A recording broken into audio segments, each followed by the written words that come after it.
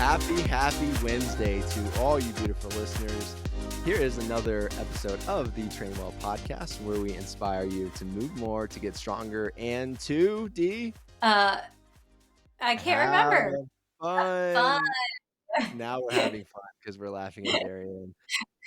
So quick update.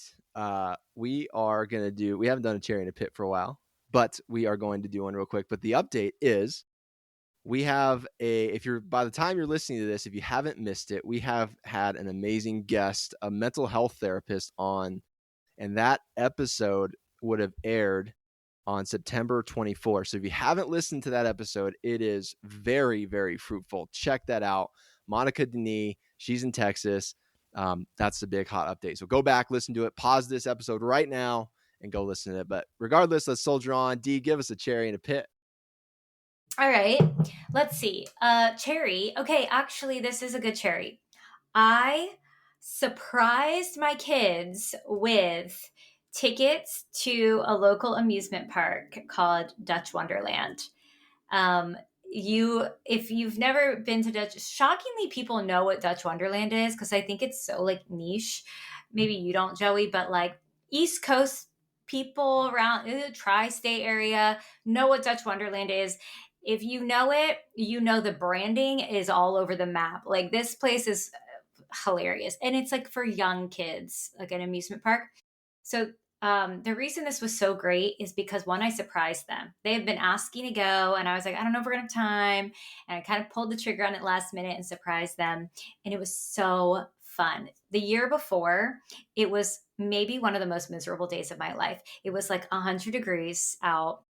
My oldest wanted to go on all the rides. My youngest wanted to go on none. He was overcoming a cold. My parents were with us. Everyone was everywhere. I felt like I was trying to herd cats. It was so stressful, so hot.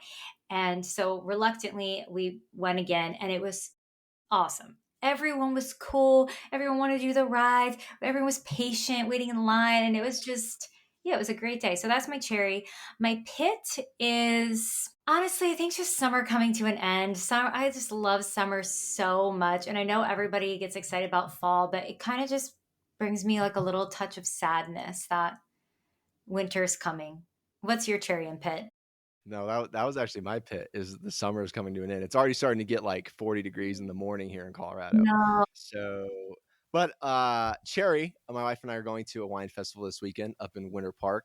If you haven't been to Winter Park, okay, in Colorado, go. It is beautiful. I think it's not as good as Steamboat, not as good as Telluride, but better than Copper, better than Vail. So check it out if you want to get some mountain living.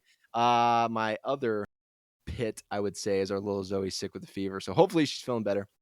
But yeah, let's dive in. Today, D, what are we talking about? Okay, we're going to talk about overtraining, which I think is probably a topic most people don't really know about or don't really think about much because they tend to think like, oh, that's something for like elite athletes, not something for me. But learning about overtraining can actually be very enlightening and helpful when you're planning your week of workouts. So, overtraining is the chronic imbalance between the stress of training, because remember, we talked about this in previous episodes. Training is a stress on the body. Normally, it's a good stress, but when it's out of balance with recovery, that's when it becomes a bad stress. So, we're overtraining is that prolonged fatigue, decrease in performance, that kind of chronic out of balance between training and recovery.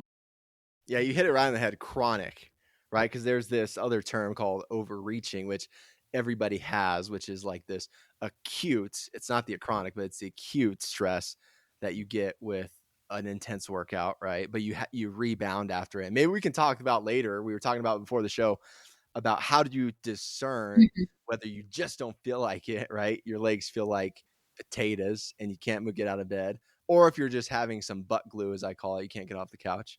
But yeah, I wanted to touch on overreaching and overtraining. So if your candle is just so burnt out, right? The wax has coaxed over the flame. That is overtraining, and we'll get into the how to know in the signs and symptoms. But distinguish, okay, just listener, know the difference between overreaching, which is a quick rebound and know the effects of overtraining, which is very, very chronic. But let me get into some cool facts, if I may, D. Yes, Uh, please.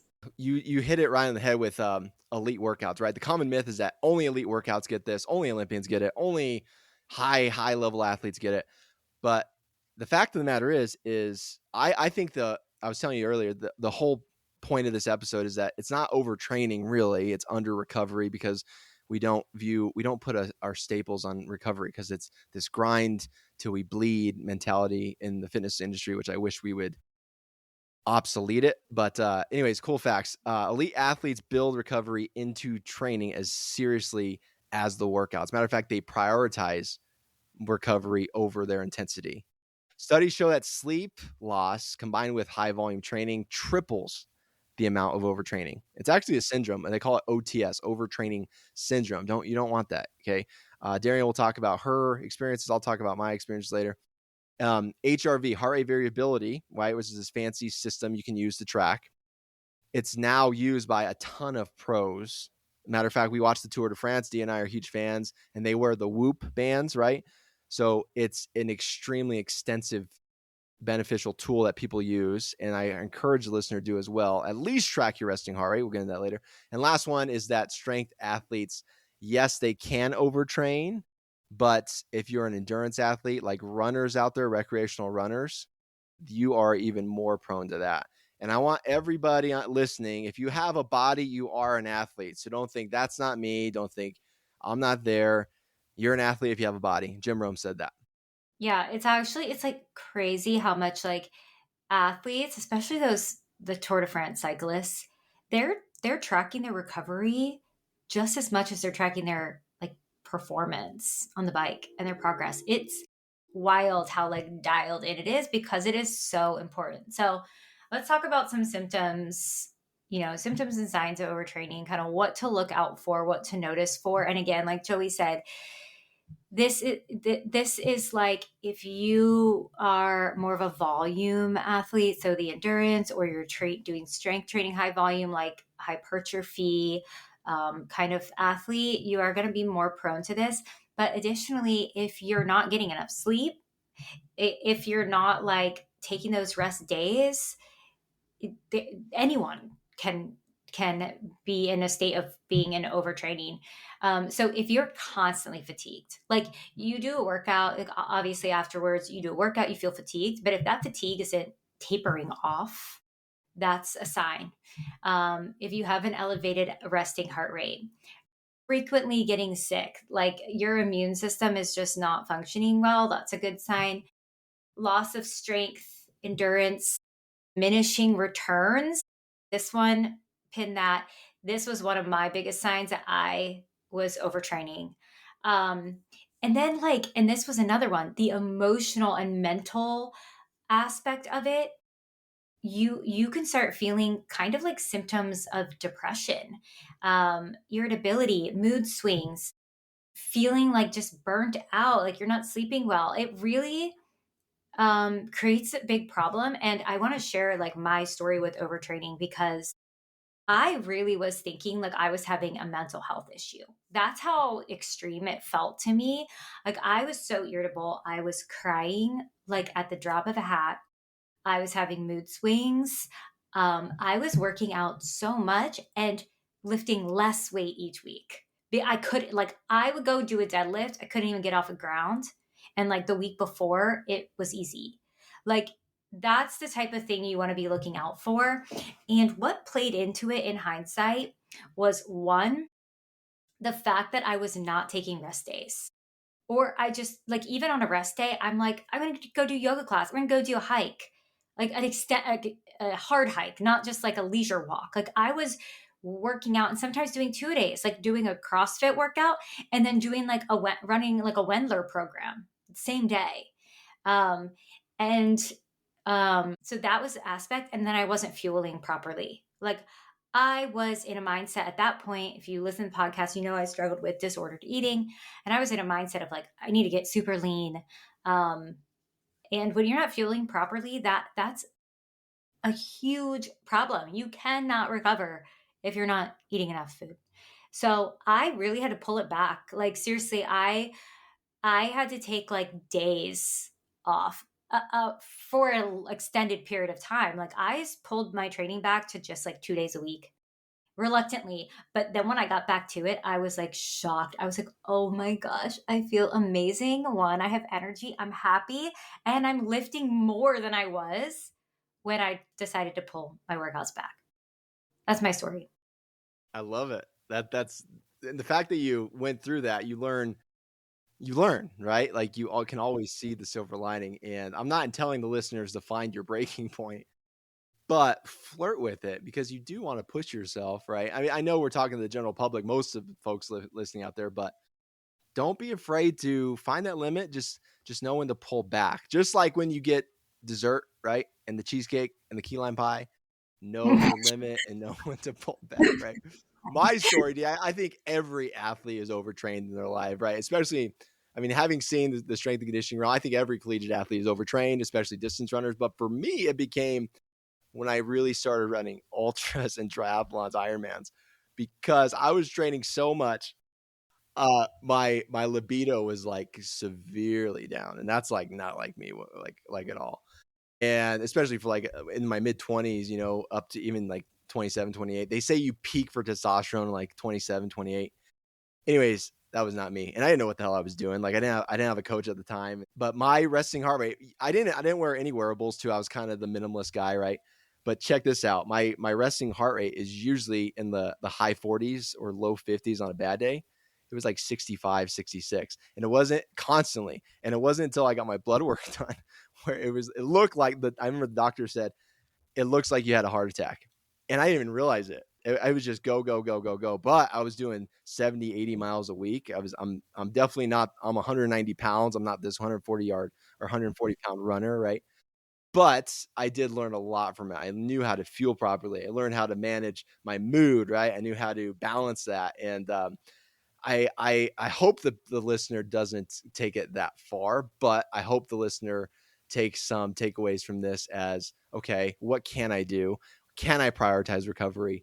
And so if you're listening out there, I'm pushing you to find that upper limit, but don't go beyond. And definitely don't think your body isn't capable, because it can't adapt to anything. That's why the human body is so amazing. Well, yeah. So, like, we both shared some pretty extreme stories. Like, we were both working out a ton, but I think the key thing to remember is like if you're listening to this and you're going like, oh, that's not a problem for me. I work out 3-4 days a week. It could still be a problem for you if you're not sleeping, if you're not fueling. Um, and maybe you have some like other external stresses on you. Maybe you're raising little kids, or maybe you're in a really stressful moment at work. Like, remember, stress is stress. Like, if you're layering on stress and it's chronic, that could still lead to overtraining, even if you're sitting there thinking like, oh, I only do 3-4 days a week, but all your other like ways to recover are not, you don't have a good system in place for recovery. You could still be overtraining. Okay, D. So we've talked our stories. We talk signs and symptoms of this overtraining. So let's get into some solutions and prevention. What can people do right now to detect, and what can people do to strategize around this? Okay, cool. I'll give a few that I think are really important, and then maybe you can give some that you think are really important. I think something that is something you need to take into consideration, kind of like I just mentioned, evaluate your stress levels for that week. Like, just on a daily basis, kind of go like, where are my stress levels at? And then when you're doing your workout, pay attention to your rate of perceived exertion. Okay? So, that's that 1 to 10 scale of how hard does this feel, with 10 being like the absolute maximal effort and like 1 being this is the easiest thing I've ever done, essentially. So typically when you're training, I think like a good rule of thumb is you're kind of in that like 7 to 9 range. But that's based off of one, of course, what you're training for, what your goals are, but also your recovery. If you're not recovered, if you wake up going like my stress levels are high today, we're trying to hit lower than that. Like, I'll give an example of, look, I have been feeling a lot of stress currently in my life, and just told myself, okay, I'm going to still work out, but this will not feel hard. I am going to the gym simply to continue to move my body and to keep this routine. And I'm keeping my rate of perceived exertion like between a 5 and a 7 because I cannot put extra stress on my body at this time.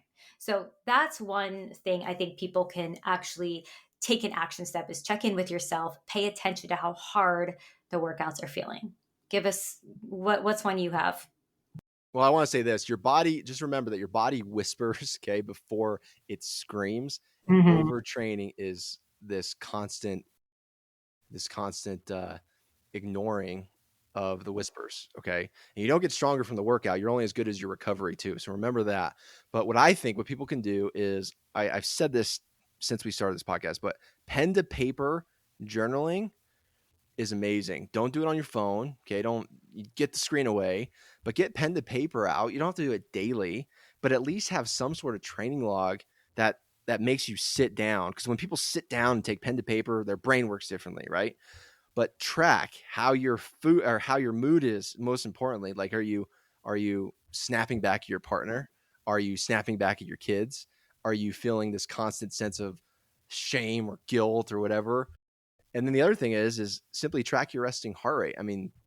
I think that right there, the biggest biofeedback marker and win that people can do without a fancy wearable is when you're laying in bed, put your finger on your wrist, right? Take your pulse before you get out of bed. Just time it for 1 minute. Take 2 minutes to do it. Do it twice and see what that number is. Track that number over time, okay? And when you find yourself getting irritable, check that resting heart rate. If it's and the metric here I always found is 8 to 10 beats a minute over. That is a red flag. Much like I shared earlier, mine was like 15 over. Like it was crazy. So check that out. Put pen to paper and truly give yourself an audit how you feel. And what Darian said, use that RPE scale, rate of perceived exertion, after every workout. Last thing I'll say is I think every workout should be a 7 out of 10 intensity. Maybe some parts of the workout are an 8, maybe a 9, but when you leave, you're like, cool, that was a 7 out of 10, so that you can hit play the next day you train. Mm-hmm. Yeah, I like that. And I think just simply tracking your workouts too, like your workout loads and volume, like that's going to be important information for you to know in terms of making progress as well. So here's another one that I have. And I find that people are not super familiar with this concept, but it's so important, which is deload weeks. Like if you cannot be constantly progressing. Like I think a good rule of thumb is like if you have like a 4 to 6 week cycle, the last week of your phase could be a deload week. So you're building, building, building for the 3 to 5 weeks. And then the last week of the phase is pulling back, reducing the load. So if you're working at like by that final week of your phase, you're working like 95% of your maxes, something like that. The next week, that deload week should be 65% load. And that's okay. It can feel easy. That's what we want. We want it to feel easy. That's going to allow you to keep moving that needle forward where you're not getting into a situation where you're going to be in overtraining because you're building in some lighter weeks along the way. It is like a part of the program. Make it a part of the program, not like some, extra, oh, if I need to, but like, no, like be preventative, like just schedule it in. Yeah, great call. If you're one of my clients, you know this, if you're listening, every third phase after that, I give you a recovery week where all I want you doing is doing that which makes your soul happy. Get yourself some Zumba in, get yourself some crochet in, get yourself some pickleball in, whatever you're into. That is your week to take it off. I personally follow D in a given year. I take a minimum of 2 weeks completely off. Completely off. I don't do anything. Okay. Nothing. I recover. I read books. I watch Netflix. The other thing I want to talk about is cross training, and this kind of ties into what you just said, but finding other ways to move that helps you heal. Okay, motion is lotion. They'll say that in physio all the time, or physical therapy. Motion is lotion. And so let's say you get off a 6-week strength block, right? Take a week to go dancing, learn some salsa, learn a new skill. Take a week to go walk around the pond and feed the geese. cross training, I think, is huge, is massively beneficial. So something you're not doing, learn a spin, like go do a spin class, go do something light that promotes recovery. I mentioned Zumba, I mentioned dance. You can do spinning, you can do walking, you can do even like cool movements like animal flows we talked about. Yeah. Like learn, like incorporate that in, and your brain will thank you, because the more you learn, the more sharper your brain will feel and promote healing in the. Yes, the more sharper you'll feel. So let's like shift gears a little bit. The one last tip that we've said it once, we will say it 1,000 times, is prioritize your sleep. We don't need to dive in because we've like literally, I think we talk about this on like every episode, and everyone's probably like, okay, we get it. But yeah, it's super important. If your sleep is like messed up, invest in some time to fix it. I just bought some new sheets and pillows, Joey. What thread count? Oh, I don't know the thread count. They just like looked high quality and I went for it, and I spent more money than I normally would on sheets. So I'm assuming that means they're high quality. Get some Egyptian 750 thread count. If you check them out, oh, so good. Okay, great. That's good to know. So here's what I want to talk about next. I want to transition into helping people understand what we talked about at the beginning.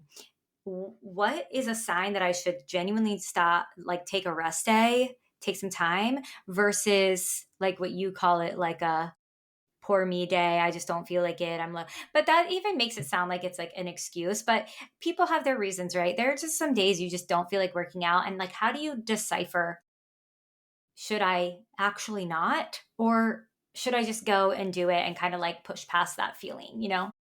Totally. The first, I want to set the stage here by saying, number one, just always remember, you're not training for a gold medal.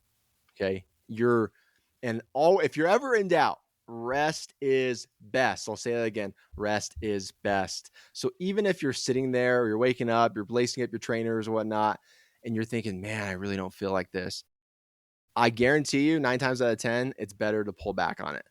Comma. If you've looked at your training schedule and you've done these things we talked about, where you look at your training journal or your log or whatever, in the past 7 days, you've been like, oh, I felt great. Oh, that was a good workout. I set a record here. You're fine. Go for it. Hit the gas, baby. But that again, you're not training for a gold medal. So it's okay. It may even benefit you if you take a rest day, but look at your previous history, look at your last week, your last month, and give yourself an audit truly of how you're feeling. And then let that choice of how you feel dictate how far you go to the gym. Last thing I'll say is, if you choose to go to the gym, or if you go to choose to do that run or that bike or whatever, only give it as much as you feel. So if you're feeling 50%, then boom, I'm only doing 50% of the volume, sets and reps that day, or 50% of my maximum, or 50% of my running volume. So if it's 6 miles that day, I'm only doing 3. If it's 20 minutes, I'm only doing 10. But when you come back at the end of the day, you'll be glad you did, because not only did you check the box of that workout, you listened to your body. Yeah, I love all those tips, man. It really is a hard distinction to make. Like it genuinely is hard because I'll have a lot of clients who go like, "Oh, I'm really sore today. I'm going to push it off." But it's okay to train while you're sore. Like it's totally okay to train while you're sore. Now, if you're like incapacitated where you're like it's painful to like lift my arms to like do wash my hair, okay, yes, maybe then that's a good rest day. But if you're a little sore, still totally okay to work out. And honestly, it's probably more beneficial than harmful to like continue to move. But I do find this challenging. And I think a lot of what you said is going to be great. Like look back at your logs, um, listen to your body. How are you feeling? How's your mood been? How's your sleep been? Just like take stock of like, if I've been sleeping well, if my fuel is good, if I've been feeling good in my workouts, yeah, it's probably just like I'm low energy. I'm not feeling it. So go do something and cut it back, like Joey said. But if those things are all out of whack, sleep's not been good, fuel's not been good, you've been training hard and like you're not getting the results you're looking for, just yeah, pull it back. Like you take a rest day. You don't need to keep pushing. And here's the truth about fitness is, if you don't feel like it, you don't have to work out. Like there's no, you know what I'm saying? Like no one's forcing you to work out. You get to decide, and it's weighing the short term benefit versus the long-term benefit. Short term, you don't feel like it. Yeah, it's probably going to feel really good just to not do it. But like long term, you do want to be physically active and moving your body consistently and just like weighing that for yourself. Like, what's more important to me right now, the short term benefit or the long term benefit? But don't be a sis either. If you're one of my clients, again, I'll give them a shout out. I have you track energy. And that's one beautiful thing about signing up for trainwell is every time you log in and do a workout, you can rank your energy 1 to 5. 5, you're like ready to go move the world and tectonic plates. 1, you feel like you want to lay in bed and eat popcorn. So if you're that's another telltale, right? Like look at that last history. Have I been 5, 5, 5, 4, 3? Have I been 1, 1, 1, 1, 1? If you're tired all the time, it ain't grit, Darian. It is a red flag. It is. Okay, I feel like, did we hit everything? I'm hoping that people can really get a lot out of this episode. I think we could just close with some key reminders that overtraining is not just for elite athletes. Anybody can struggle with overtraining, so pay attention. Do some logging, fix your sleep, and yeah, remember that like you don't get stronger from the workouts, you get stronger from the recovery. Truly. Okay, but I want to end with some rapid fire overrated, underrated. Or yeah, let's do it. Okay. Ready? You give me overrated, underrated, explain why. Let's make it fast. Ice baths, overrated, underrated. Overrated. There's, I mean, like, it, I don't. It's fine. Do it if you like it. If you feel like you get benefit from it, but actually, it can slow down. What did I just learn about it? They found that it can actually slow down muscle growth. And for women, that extreme cold probably not. You're not going to get the benefit you're looking for. Less cold for women. Yeah. Are you chilling? Are you chilling smart or are you just chilling out for Instagram? Yeah, that's good. Okay, let me give you one. Okay. 2-a-day workouts.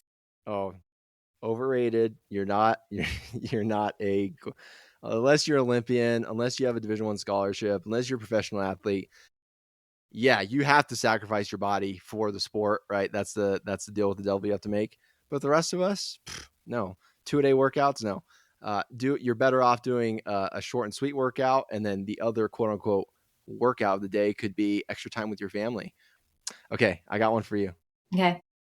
Yoga and mobility, overrated, underrated? Underrated. It feels so good to do yoga and mobility. It's so good for your body. It's a key piece of like the training puzzle, like the longevity puzzle that a lot of people think like, oh, that's an optional. Not optional. It's mandatory. Okay. If you want to move your joints to a full range of motion and have good joint health for the rest of your life, yoga and mobility. Yeah. So let me give you one last one. Caffeine for performance. I love some Mocha Joe, I'll tell you that. Okay. It's a tool. It's not a crutch. I don't know if I could say overrated, underrated. I'm like neutral on this one, D, because here's the answer. If you find yourself that you're up to a gram of caffeine, like I've been, because training 10 clients in person a day, you need to be juiced, right? So if you're on the fringes of over 500 milligrams to 1,000 milligrams, 1,000 milligrams or 1 gram, then you're kind of overdoing it. I would say if you're having 1 to 2 cups of coffee a day, maybe 1 shot espresso a day, get rid of the energy drinks too, please. Just relate to natural energy. That's the best advice I can give you. So again, use it as a tool, not a crutch. I think people use it a little too much, so I would say it's a little overrated, especially with pre-workout drinks. Keep yourself in check before you wreck yourself, baby. I love it. Thank you for listening. Hopefully, you learned some cool tips in this podcast. And of course, as always, if you want help structuring your recovery around your workouts, please give us a shot here at Trainwell. You can click the link in our show notes to try us out and get matched with your very own personal trainer for 14 days free. 14 days to try it out and you get your very own fitness plan. We hope you guys had a great summer. Welcome fall, and we'll talk to you guys next time. Bye-bye.